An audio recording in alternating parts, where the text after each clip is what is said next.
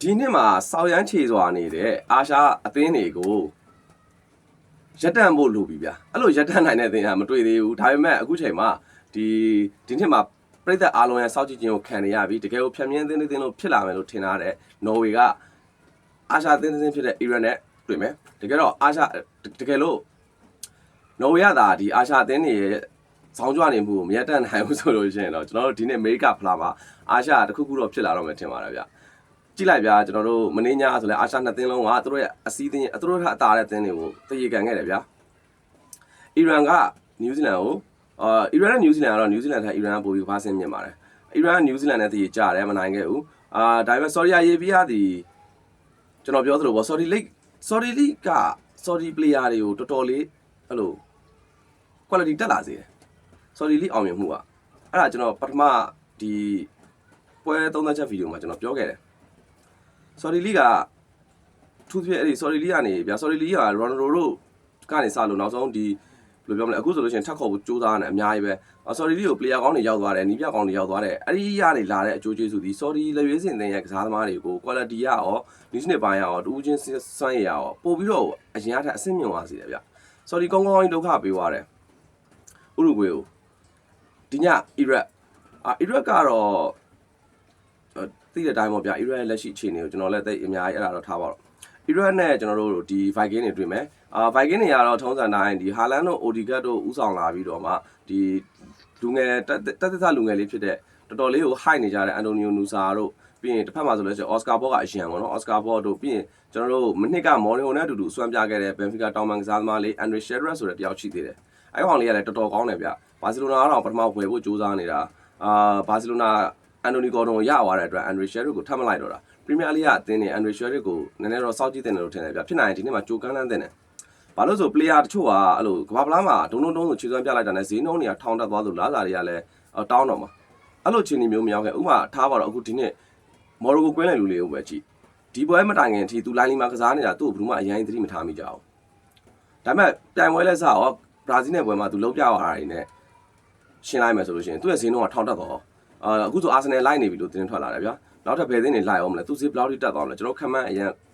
်ခတ်သွားပြီအဲ့လိုပဲဒီအန်ဒရီရှယ်ရစ်ကလည်းဖြစ်နိုင်မယ်ဆိုလို့ရှိရင်ပရီးမီးယားလိအသင်းတွေကြိုပြီးဥထားတဲ့ပလေယာမျိုးဗျာတော်တော်လေးကောင်းတာလက်ရှိမှာတော့သူ့ပေါက်ကြီးကတော်တော်လေးကြီးတယ်ဗျ50နီးပါးလောက်ရှိတယ်လို့ကြားရတယ်ဒီတော့အဲ့ဒီတိုင်းစစ်အစုဖွဲ့နဲ့ကျွန်တော်တို့ဒီဘယ်လိုပြောမလဲဒီနော်ဝေအသင်းကလာမှာဗျာနော်ဝေကိုတစ်ကမ္ဘာလုံးကလည်းစောင့်ကြည့်နေတယ်အထူးဖြင့်ဟာလန်ပါလာတယ်အိုဒီဂတ်ပါလာတယ်ဆိုတာရဲ့ပြီးရင်နူဆာဆိုတာကလည်းမနှစ်ကဘွန်ဒလီဂါမှာအကျန်းကြီးပြခြေစွမ်းပြခဲ့တာသူနဲ့ဒီရန်ဒီယာမန်ဒီနဲ့နှစ်ယောက်ကလိုင်းစစ်ပွဲတွေမှာဆိုအရန်ကိုထင်ပေါ်တာဗျာထင်ရှားကြီးကိုဖြစ်နေတာအဲ့တော့ဒီလိုမျိုးအသင်းကဒီဇောင်းကြွနေပါတယ်ဆိုတော့အာရှအသင်းတစ်သင်းနဲ့တွေ့ရမှာဒီတော့အာရှအသင်းတွေတကယ်မဟုတ်ပါဘူးကွာဆိုတော့ခံစားချက်မျိုးကိုပေးမလားနော်ဝေကဒါမှမဟုတ်နော်ဝေလည်းဘာမှမတတ်နိုင်ပါဘူးဗျာဆိုတော့အကွက်ကြီးဖြစ်သွားမလားဆိုတော့လည်းကျွန်တော်တို့ညှော်လင်းရမယ်ကျွန်တော်အမြင်ပြောရရင်တော့နော်ဝေအသင်းတွေနဲ့ဒီညပွဲကိုသူတို့ဘယ်လိုပြောမလဲဒီညပွဲမှာသူတို့ခြေချော်လို့လုံးဝမရတော့အုပ်စုပွဲစဉ်ကမှတစ်ပဲရှိသေးတယ်လေကွာဘာလို့ခြေချော်လို့မရရလဲဆိုကျွန်တော်ပြောပြမယ်တစ်ဖက်မှာစီနီဂေါပြင်သစ်ဗျအကောင်းဆုံးအုပ်စုတတိယတောင်ရှိတယ်ဆိုပေမဲ့တစ်ဖက်ကစီနီဂေါပြင်သစ်သူ့အနေနဲ့ဗျာအုပ်စုဒုတိယလောက်နဲ့တက်နိုင်ဖို့ကြိုးတက်နိုင်အောင်ကြိုးစားဖို့လိုတယ်ဗျာအုပ်စုတတိယထိသွားဖို့နော်ဝေတွေးမှာမဟုတ်ဘူးဘာလို့စီနီဂေါကသူနဲ့ level 2လက်ရှိမှာ level 2လို့ပြောလို့ရတယ်ဗျာပြောမှဆိုလို့ရှိရင်သူတောင်တာရင်တာအောင်မယ်စီနီဂေါထက်ဒါက player လူစင်းရကြည့်တာပေါ့နော်ကမ္ဘာဖလားတွေ့ကြုံပါညာဆိုရင်တော့စီနီဂေါကပိုကောင်းတာပေါ့ဗျာဒါပေမဲ့တစ်ဖက်ကပြန်ကြည့်ရင်လည်းနော်ဝေ player တွေဒီအဲ့လိုတက်လုံကောင်းတယ်တပွဲလုံးမော်ဒန်ပန်းနိုင်ကစားနိုင်တယ်ဗျာဟာလိုင်းဆိုတကွင်းလုံးပတ်ပြေးဖို့လို့ရင်ပြေးတယ်အဲ့ပဲကြီးကတော်တော်လေး strength နဲ့ကောင်းတယ်အဲ့လို player တွေဖြစ်တဲ့အတွက်စီနီဂေါနဲ့တွေ့တဲ့ပွဲကြရင်စီနီဂေါဒီ African player တွေရဲ့ strength နဲ့ stamina ကိုရှင်းဖိုက်နိုင်တယ်သူတို့အားသာတဲ့နီးစနစ်ပိုင်းကိုပဲအားသာချက်ယူပြီးတော့စီနီဂေါကိုအနိုင်ကန်နိုင်မယ်ဆိုလို့ရှိရင်သူတို့အုပ်စုဘို့ပါမှန်းလို့ရတယ်ဗျာအုပ်စုဘို့ဘယ်လိုမှန်းမလဲဆိုပြည်သစ်ကိုတည်ရအောင်ကန်လိုက်လို့ရှိရင်သွင်းကိုအများကြီးသွင်းထားရင်အုပ်စုဘို့မှန်းလို့ရတယ်ဥပမာဒီလိုပွဲမျိုးမှာပေါ့နော်အီရန်နဲ့တွေ့တဲ့ပွဲမျိုးမှာသွင်းကိုအများကြီးသွင်းဖို့ဆိုတာလည်းနော်ဝေတိုင်းစစ်တပ်ရန်ခက်ခဲနေတာမဟုတ်ဘူးဒီနှစ်ခြေစပွဲမှာသွင်းကိုဘယ်လောက်ထိသွင်းခဲ့လဲဆိုတာတော်တော်များများသိမှာဗျာနော်ဝေရဲ့သွင်းကိုတွေအများကြီးပဲအဲ့ဒီအပြင်ဟိုမှဒီခြေစပွဲတစ်ချောက်ဂိုးသွင်းအများဆုံးကစားသမားဟာလန်ဖြစ်ပြီးခြေစပွဲတစ်ချောက်ဖန်တီးမှုအများဆုံးကစားသမားမာတင်အိုဒီဂတ်အဲ့လိုဆိုတော့ဗျာအဲ့ဒီအပြင်မှာဒီ ESPN ကသတ်မှတ်ထားတဲ့ဒီကမ္ဘာဖလားမှာအန်ဒီရဲ့အရှိဆုံးဆိုတဲ့လူငယ်ကနူဆာဖြစ်နေတယ်ဗျဒီတော့ဒီ player 3ဦးဆောင်လာမဲ့တိုင်စစ်ကအီရတ်ကိုဘယ်လိုချေမောမလဲ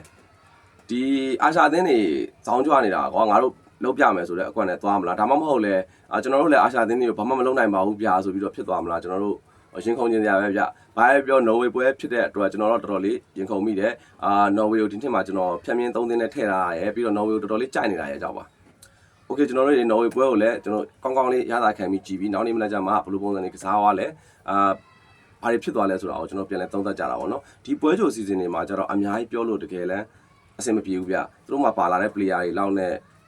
ဘာဖြစ်သွားနိုင်လဲဆိုတာတော့ပဲပြောလို့ရမယ်ဘာမှကျွန်တော်တို့ကမမြင်ရသေးဘူးခြေစပွဲတွင်ကစားခဲ့တဲ့ခြေစွမ်းအနေနဲ့ခြေစမ်းပွဲကစားရတဲ့ပုံစံတွေနီးစနစ်ဗီဒီယိုကျွန်တော်တို့ကမေ့ထားမှာဖြစ်နေလို့ပါโอเคအားလုံးကျေးဇူးတင်ပါတယ်ကျွန်တော်တို့နောက်မှပြန်တွေ့ကြတာပေါ့